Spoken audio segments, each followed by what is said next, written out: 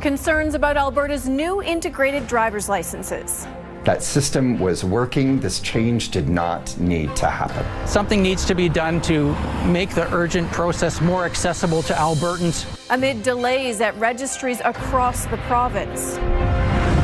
Plus, a worrying trend on the water. Drowning does not discriminate. It can happen to anyone, and it can happen in seconds, regardless of how good of a swimmer you may be.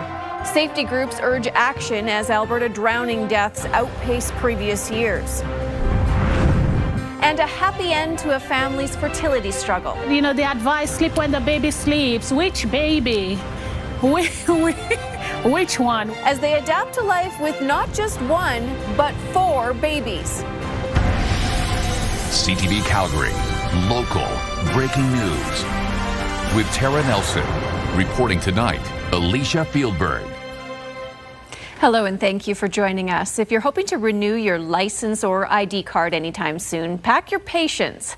Albertans are reporting exorbitant wait times at registries across the province as new integrated cards roll out. As Tim Brooke explains, it's leading to confusion, frustration, and some scrambling Calgarians.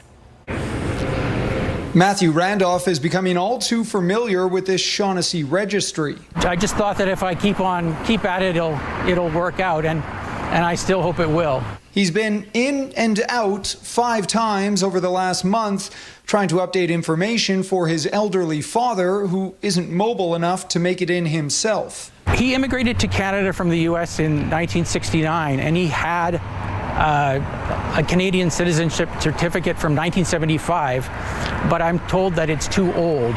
Situations like Randolph's have overrun some Calgary registries.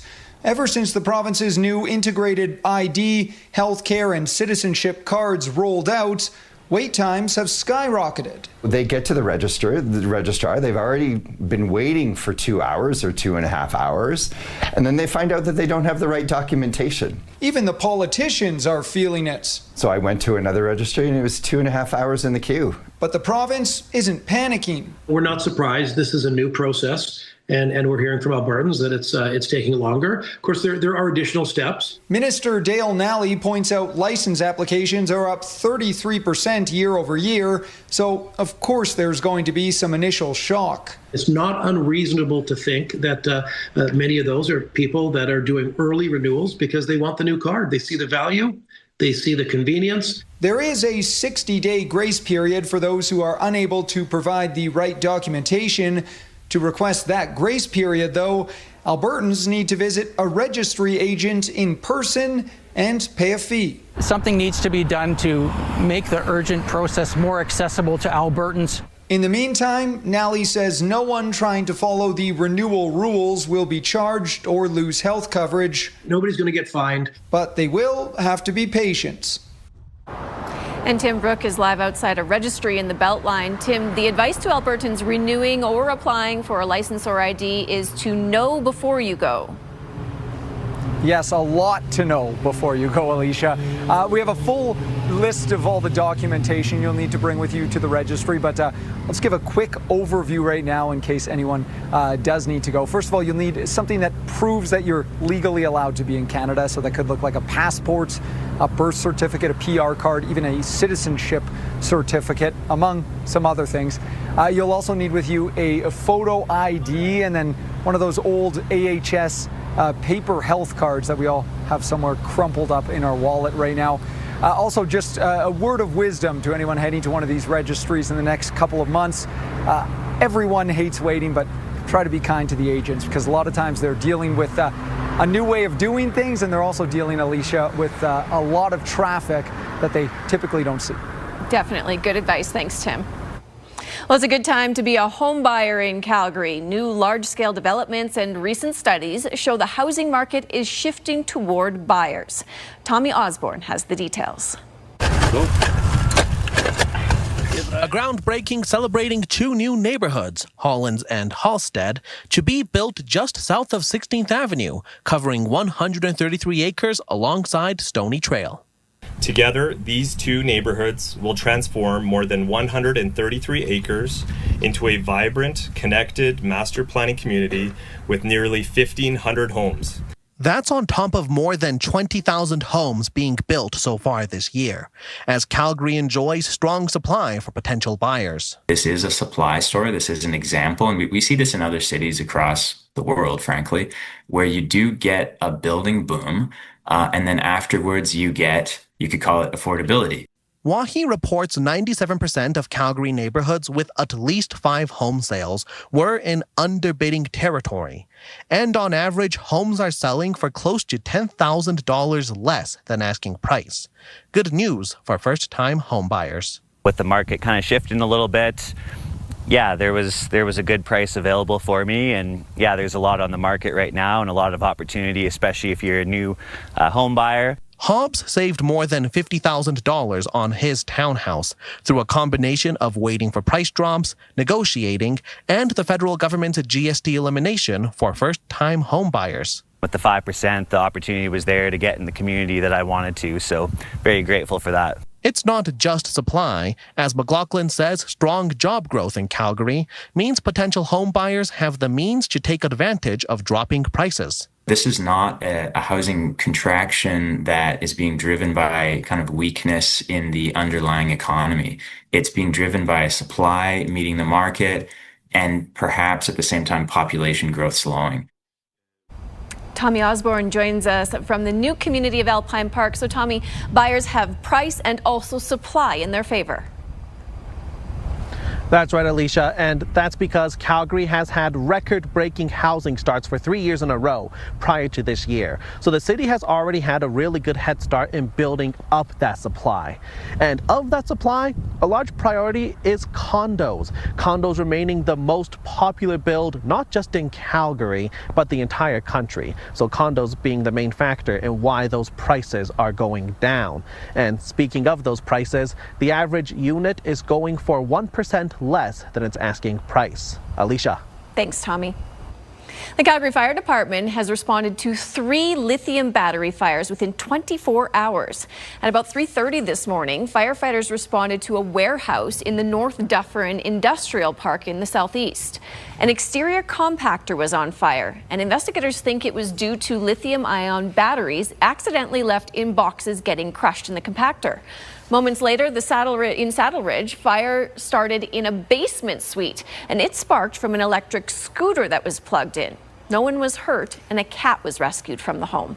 Now, these fires follow another lithium battery fire we first told you about yesterday, and that one smoke filled a garage where an electric scooter was plugged in. And fire officials say lithium batteries should be unplugged once they reach 100%. People forget, they plug something into charge and they forget about it. So whether that's going to sleep at night and they, forget and that's left charging overnight into the early morning, or, just in an area that you're not frequently in. So we look at the cases where it's been with power tools, someone leaving a, battery powered tool plugged in, and then, it's in the garage or somewhere they're not frequently going in and out of, and then they forget that they've been charging it, and then that leads to it overheating as well.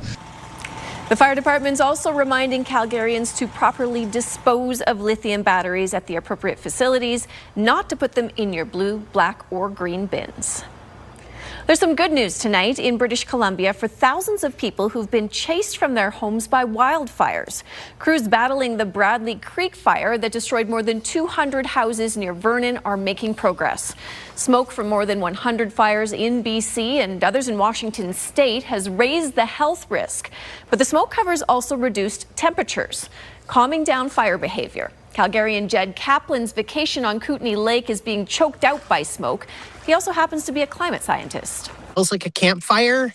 Right now, it's just hard to see. The sun is kind of dim. We don't really have a very clear idea of what long-term exposure to wildfire smoke is going to do for a lot of the population. The BC Wildfire Service is now assessing when some evacuees could return to their homes. Danielle joins us now. Danielle, that smoke's starting to come into the Calgary area, and we talked yesterday about that same effect where it could limit our temperature today. What was our high? Yeah, you're right. So we were supposed to get to 27 today, but part of the reason we didn't is because it's quite hazy out there. So you can see in the live shot the smoke is starting to make its way into Calgary. Now, it's not as bad as that video you were seeing from BC, but again, we're looking at being at that moderate level of the Air Quality Health Index starting this evening, and then through pretty much all of tomorrow. We may even get up to that high risk level at times over these next few days. So again, this evening, low to moderate on that Air Quality Health Index in the city, then moderate throughout the day, potentially high at times. And then by the time we get to about 5 o'clock, there's a small chance of thunderstorms and a high of 24. Thanks, Danielle. Alberta's drowning deaths are on track to exceed previous years. 2 men drowned in separate incidents in southern Alberta over the long weekend. Moses Waldo has more. Marco Mata continues to mourn the loss of his brother, who meant so much to him. Just the memories are gonna stay with us. Diego Armando Mata Mendoza came to Calgary to visit friends and family from Mexico when an outing near De Winton turned tragic. Mendoza jumped off a cliff and into the water and didn't resurface. He was found by emergency crews, and the 35-year-old died of drowning. I can't see properly how they're doing to get my brother out, but when he comes out, for sure it's so late. He is just one of 2 reports of drowning-related deaths during the long weekend. A 33-year-old man from Rocky View County drowned in Quarry Lake. Drowning does not discriminate. It can happen to anyone. According to Life Saving Society Alberta and Northwest Territories, reported cases of fatal drownings has doubled from 5 to 10 this time last year, just one behind 2025's total of 11. And those numbers could be even higher, but due to privacy laws, pulling the data is difficult. Right now, we only see what's reported in the media. It can take a couple of years to get information from the medical examiner's office. It's the reason Lalonde's organization and the Calgary Fire Department are making a big push to keep people safe in the water. Having a working smoke alarm in your home is one of the most critical life-saving devices you can have when we talk about fire safety. So the equivalent to that when we talk about water safety is making sure you have a properly fitted life jacket. Kwan says that life jackets should have proper certification and water safety kits are a must. Kwan adds that tying rafts together or wearing an ankle leash on a paddleboard are things you should avoid while on fast currents like the Bow River. The current's going to push you into potential hazards like trees, shallow gravel bars, or even into bridge pillars. As for the Mendoza family, they've set up a GoFundMe to help cover the repatriation costs to bring his body back to Mexico. Each amount is going to be the difference to can support our family. Moses Wildu, CTV News, Calgary. Alberta's police watchdog has revealed more about the man with a bow and arrow who was shot by an officer in Bridlewood last week. On July 30th, Calgary police responded to a call about a man shooting arrows in a backyard when he was not supposed to be at the home or have a weapon. The Alberta Serious Incident Response Team says officers asked the man several times to come out unarmed, but he came out and motioned at the police with a bow and arrow. Officers released a police dog and fired a less lethal weapon, then a gun. The man was critically injured but is now in stable condition. Calgary police have charged 36-year-old Danny Martin with several weapons offenses. ACERT is still investigating. Police need help finding 2 suspects in a vandalism incident at a childcare center. Early yesterday morning, 2 masked people wearing black hoodies broke the windows of the facility on Saddle Peace Manor Northeast. If you recognize them or this vehicle caught on camera at the scene, contact police or Crime Stoppers. RCMP need help finding a missing man from Crossfield. 84-year-old Ray Robuski was last seen yesterday at 9:30 a.m. A family member says he left Crossfield for a dentist appointment in Calgary but never arrived. He's believed to have been driving a 2015 silver GMC Sierra. Call Crime Stoppers or your local police if you have any info. A Calgary MP has started a petition to expand emergency alerts for vulnerable children. It follows calls for changes after the death of 11-year-old Parker Wells, who wandered away from his day home. There was no sign of abduction, so his disappearance did not meet the requirements for an Amber Alert. An exception was eventually made for the autistic nonverbal boy 2 full days after his disappearance. Calgary Nose Hill MP Michelle Rempel-Garner started the petition, which people can sign online.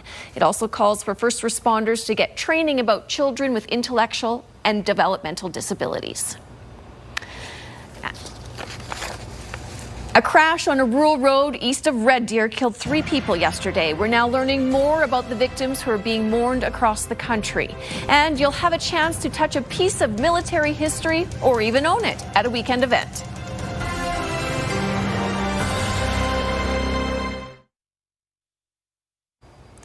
The Correctional Service of Canada calls it an unimaginable loss. 2 correctional officers and an inmate were killed yesterday in a 2-vehicle crash on a rural Alberta highway west of Provost.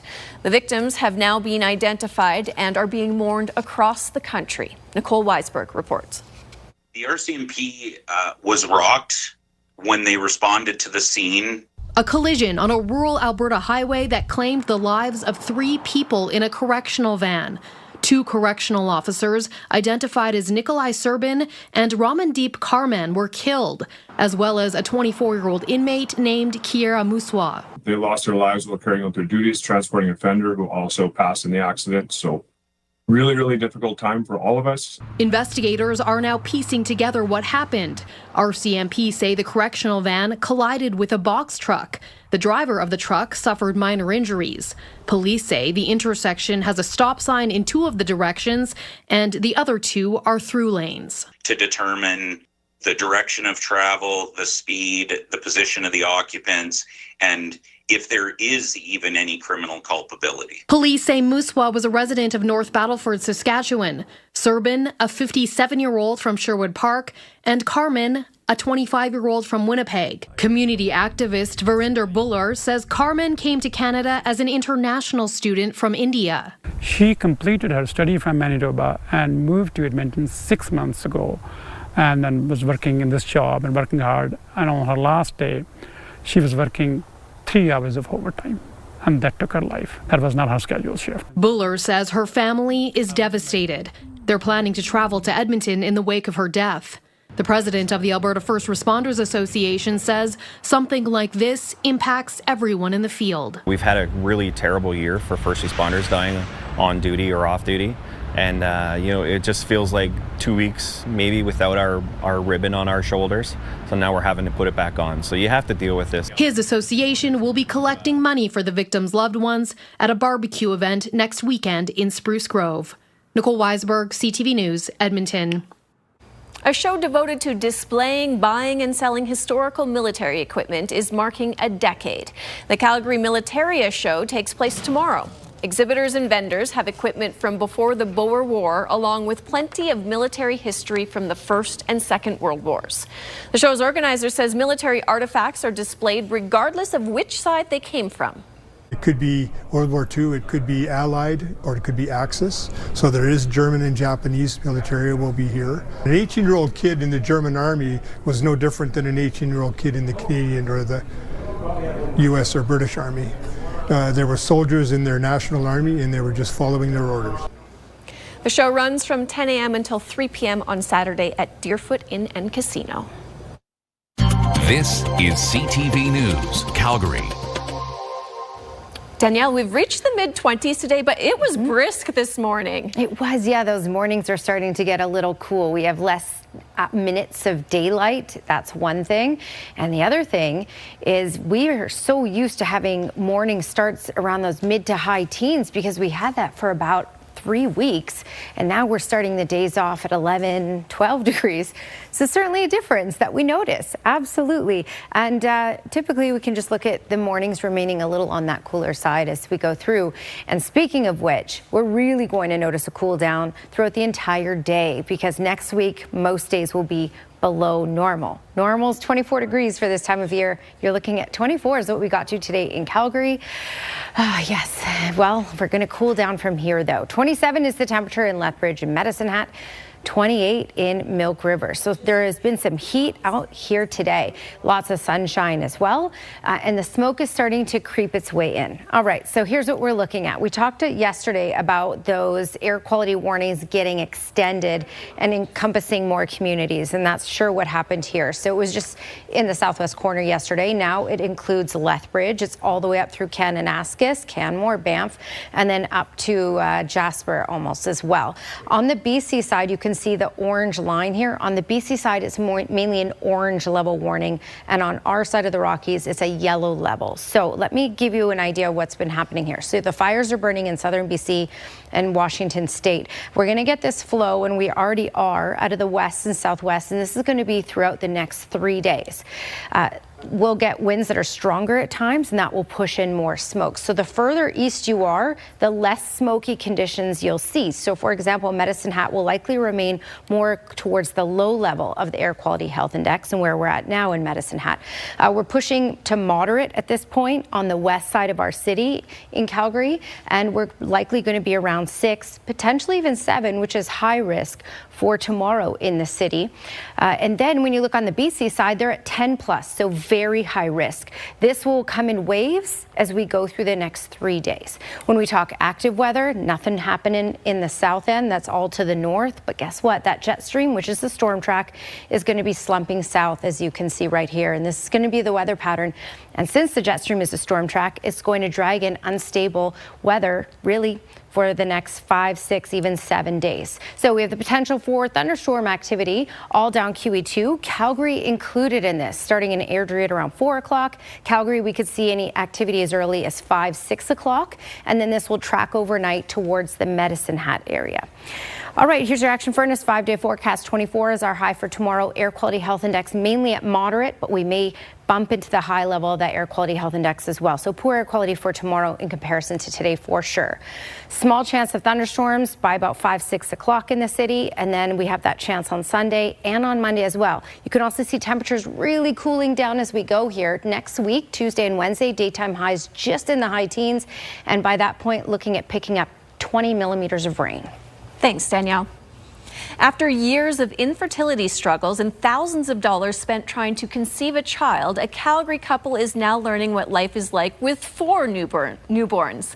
The new parents are happily juggling a lot of challenges along with their bundles of joy. Mark Villani reports. Mama loves you so much.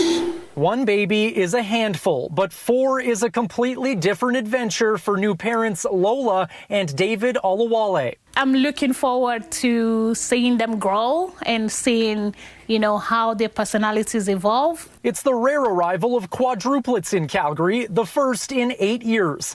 Known as the J4 quads, Josiah, Joshua, Jemima, and Joanna were born through in vitro fertilization on May 7th prematurely at 29 weeks, spending between 60 to 83 days at the Foothills Hospital NICU before finally coming home.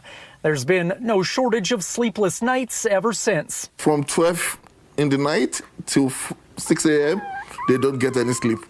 So we also have to stay awake. 4 hands, it's not enough. They can all go to bed. They advise sleep when the baby sleeps. Which baby? The babies now go through 1 full can of formula and 24 diapers every single day. A GoFundMe page hopes to offset some of those costs, but the family is already struggling. Lola and David spent $25,000 for an IVF cycle in Calgary. After that failed, they traveled to Nigeria, opting for a cheaper $5,000 procedure where 2 embryos split into 4 and quite literally changed their world. It would be good that we know that we have the government on our side, not setting up us to fail. Alberta currently funds the freezing of eggs and sperm for cancer patients who may have to delay a childbirth, but unlike several other provinces, it does not provide funding for IVF treatments. Fertility care is health care, period. In a statement, the province says Alberta's public health care covers medical consultations, referrals, and lab services needed to diagnose infertility. We're exploring options to better support Albertans. The cost of IVF, and oftentimes you need more than one IVF, as evidenced by this couple, the cost can be enormous. We need to do more. But after thinking they'd never be lucky enough to have a child in the first place, these new parents are overjoyed to have even more than they ever bargained for. We are blessed. We are so happy to have them. It's been a wonderful journey so far. Mark Villani, CTV News, Calgary. Calgary firefighters were treated to a special lunch from the Japanese consulate. Each Japanese-style curry meal was crafted by the consulate's chef and served to staff at fire department headquarters. The event was meant to promote Japanese cuisine and to continue ongoing outreach and relationship building with the fire service. We like to express our deep gratitude to the public service, like a Calgary Fire Service and the police service, because our very important mission is to make sure the safety and well-being of Japanese local residents, also the visitors from Japan. Many people know like sushi, tempura, teriyaki, but yeah, maybe many people know about curry rice too. But yeah, so we wanna introduce more kind of comfort food from Japan. The opportunity to share food is always a great way of building relationships, and that's what today is about. A similar meal was recently served by the Japanese consulate to the police service. Well, it's pretty hard not to notice all the gambling advertisements recently. Some people are urging the province to rein it in after the flood of ads since opening the legal marketplace. Plus, the province aims to quell AI data center concerns with some upcoming events.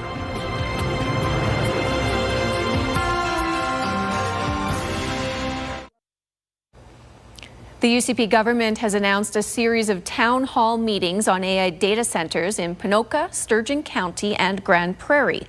There will also be a virtual meeting with Premier Danielle Smith on August 27th. There's been growing pushback to the proposed facilities because of concerns about water use, emissions, and noise. The province says there will be no public subsidies and water use will require provincial approvals. The opposition NDP calls the town halls disingenuous and claims the Premier has already decided the data centers are going ahead. Ads for online betting platforms are everywhere, 3 weeks after Alberta opened the legal marketplace. One gambling researcher says the government should do more to protect Albertans from the harms of online gambling. Jeremy Thompson reports. Alberta, the moment is here. They're on TV. Your favorite sports app is now your sports book. Podcasts, even public transit. In the 3 weeks since Alberta launched its regulated online gambling marketplace, the advertisements have been hard to ignore. Every YouTube ad is always gambling, and it's basically everywhere. I wish they would stop. I don't know how to stop them, but yeah, I find them irritating. I just let them go by. I mean, it's just, there's another ad kind of thing. Ads for at least 5 different gambling sites are cycling through this digital billboard behind me here, and if that's not enough, a 6th one is being advertised just across the street. So you go to the bathroom in some restaurants and there's the ads right there as you're having a leak. You know, they're everywhere. This addictions researcher is also an ER doctor at the Royal Alex. He's worried more opportunities to gamble might mean more problems. We see people in emergency that are suicidal. You're getting, 20-year-olds that are coming in with $200,000-$300,000 of debt, and they don't know how they ended up there.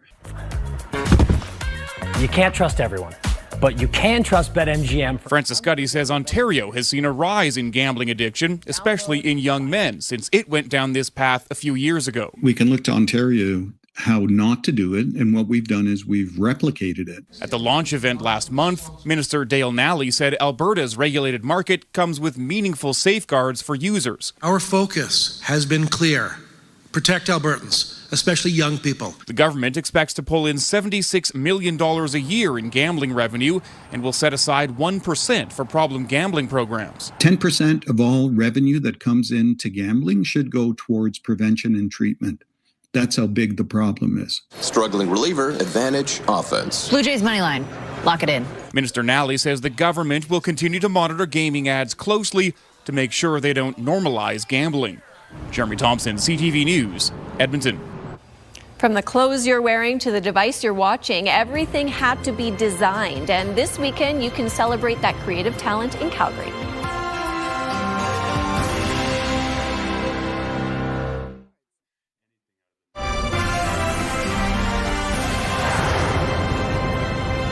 Your TV, your home, even the chair you're sitting on are all products of someone's imagination that have been turned into something usable. Design impacts everyday life, and Calgary is celebrating that during Design Week. Kevin Fleming has more. She's a student at AU Arts, and Samantha Vandal's major is in animation, but her love is fashion. Now Vandal is using all she's learned to transform this space at Contemporary Calgary into a fashion show. Design Week, I approached them with the idea for the fashion show, and they were more than willing to give me the opportunity to be able to take over the grotto. That is a bonkers opportunity. Vandal has worked out all the details from start to finish for the show, coordinating the design of the space, the clothing, and the models. The Saturday show is part of Design Week Calgary that's hosting close to 30 events this weekend in the downtown core. And so I often say, like, the pen that you write with is designed, the phone that you use is designed, and so design is for everyone. And I think that was why we wanted to do a very public festival to celebrate design and to celebrate the designers and the creatives in our city. This is Patricia Gascon's second year helping at the festival, and this year she's organized a few events. As I got into college, like, design became such a big part of my life, professionally and personally, so being a part of Design Week has been overwhelming. Tracy Kahn is an interior designer and says nature inspires her. Now she's become a certified nature therapy guide and is hosting a nature walk Saturday morning. Rather than just a typical walk where we have our headphones on and we're just ignoring everything around us, and it's actually engaging with what we're seeing and smelling and hearing in nature and just connecting with nature, but also reconnecting with ourselves in that process. Organizers hope participants walk away from the festival with a new appreciation for the designs that surround them. Kevin Fleming, CTV News, Calgary. All right, Glenn joins us. Hello. So you guys know that Disney is known as the happiest place on earth? Yes. Well, unless you're this baby. Arya's first ride.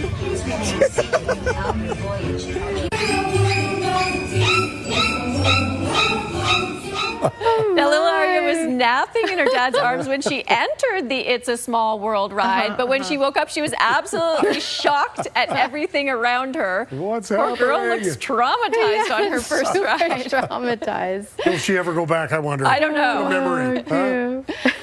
It's the dog days of summer, so it's the perfect time for this next event.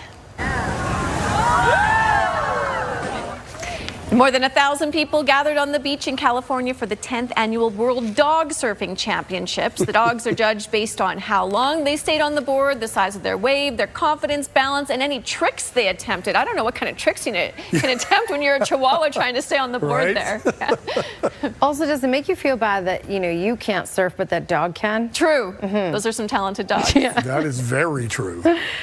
An historic house in Maine is up for sale for $1, but there's a very big catch. You would have a one-of-a-kind home and a great story. I mean, not only do you have the history of the house that comes with it, you have the Deering house, then you also have the story of being the person who moved and saved a historic home. Now, the original home of a prominent shipbuilder was built around 1900. It's now used as office space, but the company needs to expand. So if someone doesn't take the house, it will be torn down.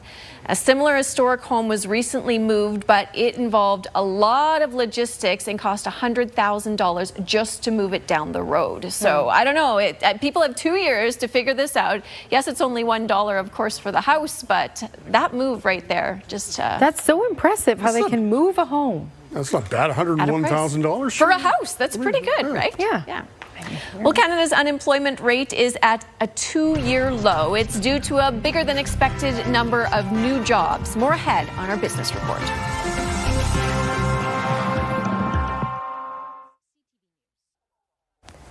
All right, your Skywatch weather camera. This is looking pretty smoky, a little smokier than when we last talked, and that's because the smoke is really starting to make its way in. So, for example, at the beginning of the show at 6 o'clock, the east end of the city was at 3, so low risk, and now has pumped up to 4. The west end has been at 4 this entire time. 24 degrees current temperature. Today's daytime high also was normal for this time of year, and thanks to the smoke, that's one of the reasons we didn't get up to our 27 for today. But Drumheller got to 27, sitting at that right now. Medicine Hat, Pincher Creek as well, and Lethbridge. Okay, so when we look at the warnings that are in place, this is where we're looking at the worst air quality in Alberta over these next couple of days. But again, we're still seeing that seep in. But now this encompasses Lethbridge, Pincher Creek, Crowsnest Pass, Kananaskis, Banff, Canmore, and up through Lake Louise. So these are the areas under the warning. It's an orange warning on the BC side because the air quality is even worse. So you're looking at a 10 plus there. And here we're looking at getting to the high risk level. So just not quite the 10 plus likely.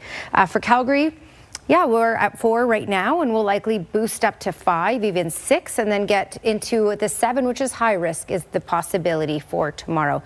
So here's your Action Furnace 24-hour forecast. Action Furnace, fix right or it's free. Starting the day off at 11 degrees, we're looking at being moderate on that air quality health index in the city for most of the day, but we could peak at the high level at times. Small chance of thunderstorms by 5 p.m. Thank you, Danielle. Albertans are reporting long waits at registries across the province as new integrated driver's licenses and identification cards roll out. Many issues stem from customers not bringing in the required documentation.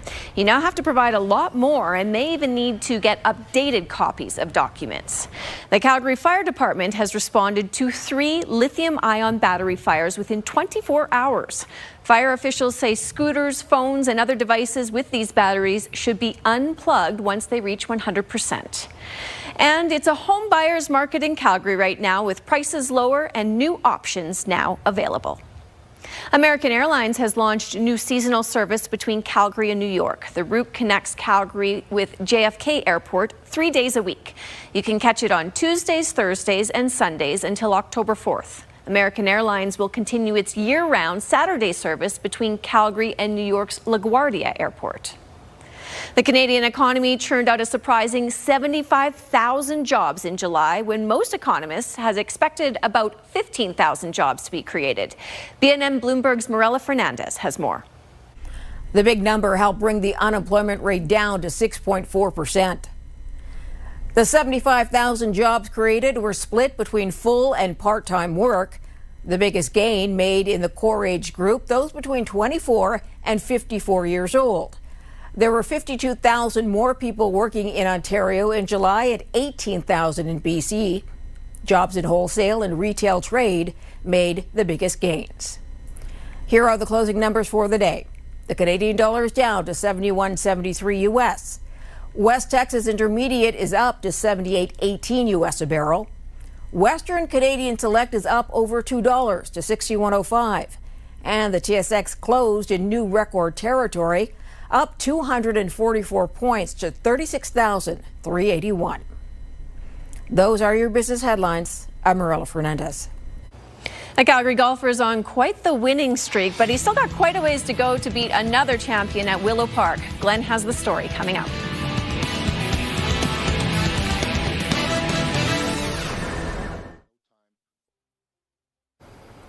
These are some new images of the legendary Banff Grizzly known as the Boss. He was spotted feasting on buffalo berries this week. Now, these shots were taken from the safety of a vehicle, so the 28-year-old animal was not disturbed. The dominant patriarch rules the Bow Valley as the biggest bear in the region. A unique interactive event was held at Bow Valley College's production hub facility this afternoon.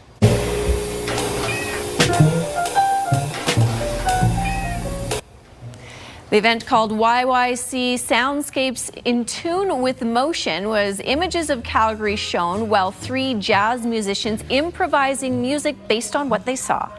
We have access to motion capture technology and massive soundstage with volume wall, so we wanted to take that virtual production and motion capture technology into that theme of being in tune. I think it's a great opportunity to learn a little bit about the technology, plus having fun and jamming with jazz music. The event was held in partnership with the National Music Centre and Design Week Calgary. Cavalry FC continues to chase down Forge FC for first place in the Canadian Premier League. Glenn is back with us. So Glenn, Cavalry should be able to do it. Alicia, Cavalry taking on Supra de Quebec tomorrow, and it's been a bit of a struggle for Quebec this season. They have just 17 points, but as Tommy Wheeldon Jr. will tell you, you never take your opponent lightly. Cavalry coming off a big win over Inter Toronto last weekend.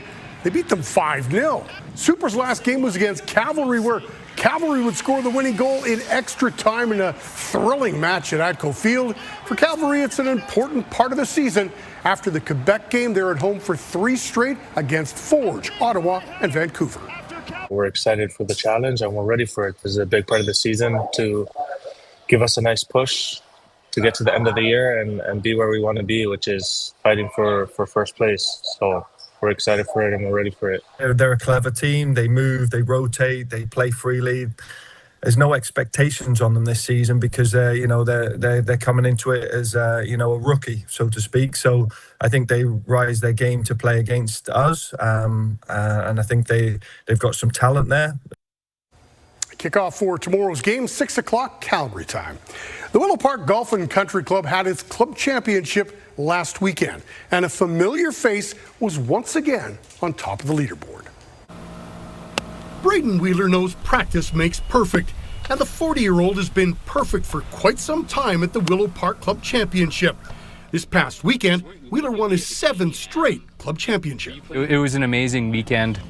My family has been at this club. I grew up here, so having my family out here, my kids, I have a 10 and a 6-year-old, so having them come out and see me is very special. And then obviously, getting my name on the trophy and trying to catch Ken is a big task, but I got to keep winning them if I'm going to do that. In all, Wheeler's won 9 club championships, but he still has a long way to go to catch the king of Willow Park. 88-year-old Ken Waslin is still making putts out there. He won his first club championship in 1965. He won the last one when he was 69 years old. Waslin has his name on the trophy 20 times. I know I won the very first one, and I don't know, there's a lot of good memories. Wheeler grew up idolizing Waslin. He was one of his mentors at the club. He knows it's a big mountain to climb, but he's going to give it his best to get to 21. I do think that if I can keep this run going and I can play into my later years like Ken had the privilege of doing, I think there's a chance, but I got to definitely win as many as I can while I'm younger because, I don't know. Not many guys at the age of 69 are going to have the game that Ken had. And Waslin thinks he can do it. Oh, sure, he can. He's on a roll. he's still. I can't believe. I know I was 68 or 69. To win at that age is hard to believe.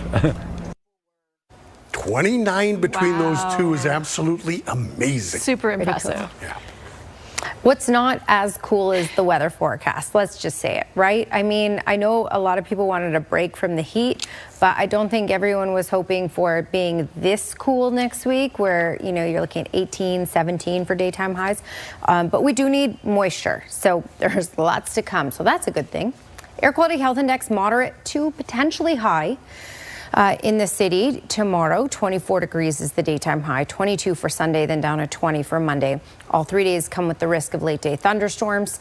And then by Tuesday and Wednesday, it looks like just rainy days overall with embedded thunderstorms and 10 plus millimeters possible each of those days. All right, weather window brought to you by Lux Windows and Doors. Crafting quality windows and doors for your style, budget, and Alberta's climate. And the only good thing about the smoke is the amazing sunset photos you can take. Thank you, Michael and Terrasano, for taking this. Took this last night facing west. Thanks, Danielle, and thank you for spending your time with us.